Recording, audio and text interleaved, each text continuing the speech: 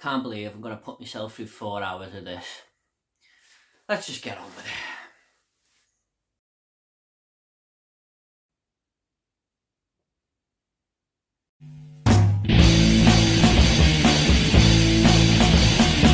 What is up, everyone? We're back again with another review, and it's going to be for the 2021 film Zack Snyder's Justice League, and this is directed by, well, someone who isn't Joss Whedon, and this stars Ben Affleck, Henry Cavill, Gal Gadot, Jason Momoa, Ezra Miller, Ray Fisher, and a whole load of other people. This is a pretty amazing cast and a really big one. Now, this tells the story of Bruce Wayne aligning forces with other superheroes in order to tackle an oncoming threat to humanity. Let me just give you a bit of personal backstory with Justice League. It's no secret on this channel that I absolutely hated Batman vs Superman. I thought it was one of the worst films I'd ever seen. And when Justice League came out, I just had zero interest. I heard a few reviews saying it was terrible, and I couldn't bring myself to go to the cinema and put myself through it. If I had the channel back then, I would have went to go and see it so I could review it. But to this day, I still have not seen that original cut of Justice League. So just let you know, going into this review, that I am basing it solely on Zack Snyder's version. Now, when Zack Snyder came out and said he wanted to release this movie, I still had no interest, but the hype started building, and I thought, you know what, I'm just going to give this a chance. I'm going to put Batman vs Superman to one side and judge this movie on its own merits. And even though we probably wouldn't have got a 4-hour cut at the cinema, this is still the direction that Zack Snyder wanted to go.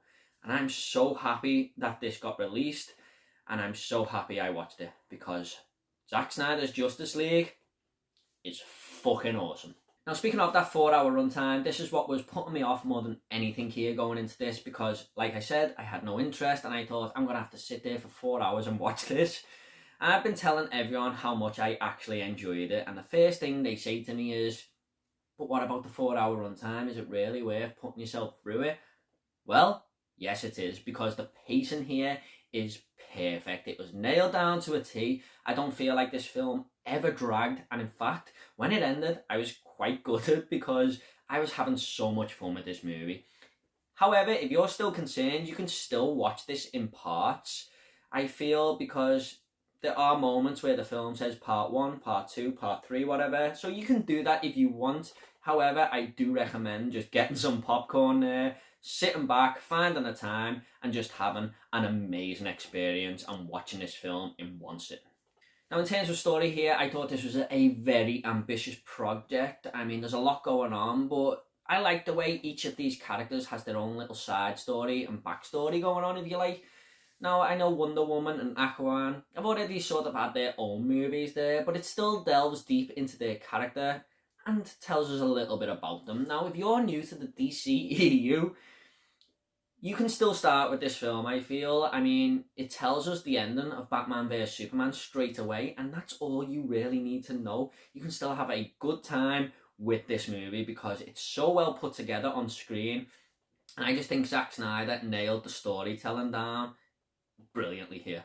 Now, the threat to Earth here comes in the form of these alien-type creatures. I'm really sorry if they're big characters in the comics, but I don't read them, so let me know down below. But they're after these 3 powerful boxes that are scattered throughout these different worlds, and they want all 3 of them to merge together and take over the universe, basically.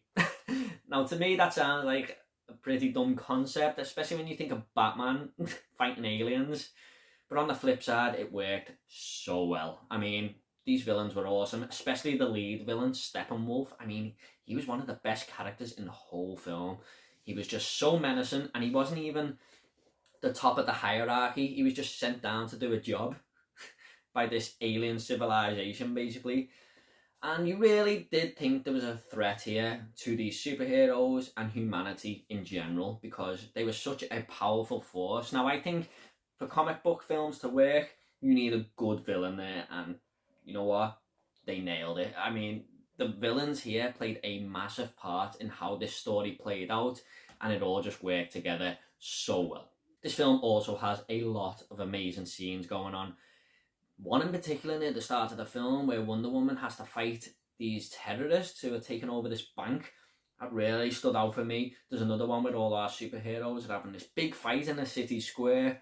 It was just great to watch. And we also have a rescue mission in the middle of the film where all our superheroes team up for the first time. There was just so many good moments in this movie, and it was all very well filmed as well. There's also a big dream sequence in this film. Now, I can't stand dream sequences in most movies, but wow, it was one of my favourite parts of the entire film. Now, speaking of our superheroes here, I loved all of them. I really appreciated the approach Zack Snyder had here to taking his time and just giving each one of them a little bit of side story, like I mentioned at the start of the review. But it just allowed us as a viewer to affiliate ourselves with them a little bit.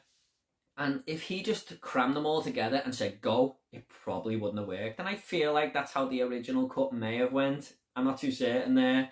But I didn't really like one more than the other. They just all worked together so well on screen, and I really did attach myself to them and got behind them to save the world, because each one of them is well acted, each one of them had something different and brought a unique personality to the film.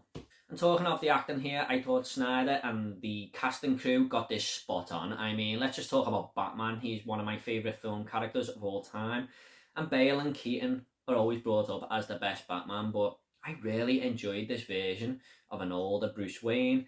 Affleck done such an amazing job. He attached himself to this role and got really into it, and he filled those boots. And I feel like now, when you speak about the best Batman, he's in the mix with them too. And speaking of Henry Cavill, I mean, he is Superman. Sometimes people just fit into the roles so well, and he has every attribute to play this character. He is just the best Superman in my opinion. Gal Gadot, the same for her. I mean, talk about fitting like a glove. But I can just say so much for the cast here. There's all the other superheroes, great as well. But there's also some side characters like Lois Lane, played by Amy Adams, and we have Jeremy Irons as a great Alfred. There's some top talent on board here. And as a side note, I really enjoyed seeing Joe Morton as this scientist type character, because it just brought all these Miles Dyson vibes from Terminator 2. Sorry, I just had to mention that. Let's just talk about the look of this film. This is all in 4.3 aspect ratio. I mean, you expect these big budget movies to be in these like widescreen events or 190 like Avengers Endgame there. But no, Zack Snyder just said, I'm going to put everything in a little box there, and fuck me, it worked. Oh my god, it was just like all the main focus was right in the centre, and that's all you needed. A brave choice that paid off. Now, in terms of visuals, I thought this movie looked very jarring at times. I mean, some of the CGI wasn't great, but other times it looked amazing, so it was kind of flipping here and there. But in the end, I didn't even care. I was just having such a good time. Now, I know Marvel and DC always get compared, and people are just going to do that. It's natural. But in terms of atmosphere and tone, I feel like Zack Snyder's Justice League is darker than anything we have had from the MCU. For me, it works slightly better in terms of storytelling, but I'm just so happy that we have both of these franchises giving us these awesome movies. They are both going down the same path, but taking different routes, and I think that's a brilliant thing to do, because if they were both the same, it'd get really boring really quickly. But I appreciate the dark side of DC and the bright, colourful vibe that Marvel give us. So here's an idea. Enjoy both. Now, one part of the story that didn't really fit right was the whole Superman thing. And this is more a problem from Batman vs Superman. I just wish they didn't go down that route in the first place, because when Superman comes back into the movie, it just feels like it's sort of cheated a little bit. I'm trying to not give anything away here, but I could look past that because it brought something new to the film as well. But in terms of how this was written out, they should never have went down this route in the first place, in my opinion. Also, I feel like the last hour is probably a dip in quality, very, very slightly, and this is probably because it's more of a big fight sequence, and the storytelling of Justice League is one of the best things it has going for it. But I'm being very, very nitpicky here. I still love the last hour. I'm just comparing it to the first 3 hours. It does drop a little bit, but it's still awesome to watch. One other thing that did irk me a little bit is the slow motion scenes. Now, there's quite a lot of them here, and it's kind of flipped again here because they are so well filmed and so well done, but I just think there was one too many here and there, and it come a little bit repetitive as the film went on. Also, if you don't like advertisements in movies, there's quite a few here. I mean, one for example is when Bruce Wayne is getting a shave and they zoom right in on his Gillette razor blade there. But they're only a few seconds here and there. I mean, I can forgive that. Look, these are just small niggles here and there. This movie isn't perfect, but I was absolutely blown away by this film. I never in a million years expected to enjoy Zack Snyder's Justice League as much as I did. I don't know if that's because I have a bit of Batman insurance, because obviously Matt Reeves is bringing his own version out in the future. And if I seen this at the time, I wouldn't have wanted the franchise to go this way, involving my favourite movie character of Batman fighting aliens. But I'm just so happy that Zack Snyder got to bring this cut out, and he is unfairly attached to the original cut. And what he brought us here was something absolutely epic. I mean, as a superhero film, it's one of the best. I'm going to revisit this time and time again, despite its 4-hour runtime. I'm just going to go ahead and make this movie now. I'm going to give Zack Snyder's Justice League a 9 out of 10. Wow, it feels a long time since I gave a movie that high of a rating. At the end of these reviews, I always like to leave a little fun fact. Now, a fun fact for Zack Snyder's Justice League is that Zack Snyder's wife, Deborah, advised him not to watch the original cut, and his friend Christopher Nolan also advised him not to, saying that it would break his heart. So to this day, Zack Snyder, the same as me, has never watched that original cut. Okay guys, I hope you all enjoyed this review. If you want to subscribe, it's up to yourself. We've got a lot more reviews coming, lots more videos, and if you want to comment about Zack Snyder's Justice League, leave it down below, and it'll apply to every single one of you, I promise, because I've really had so much fun talking about this movie in the last few days.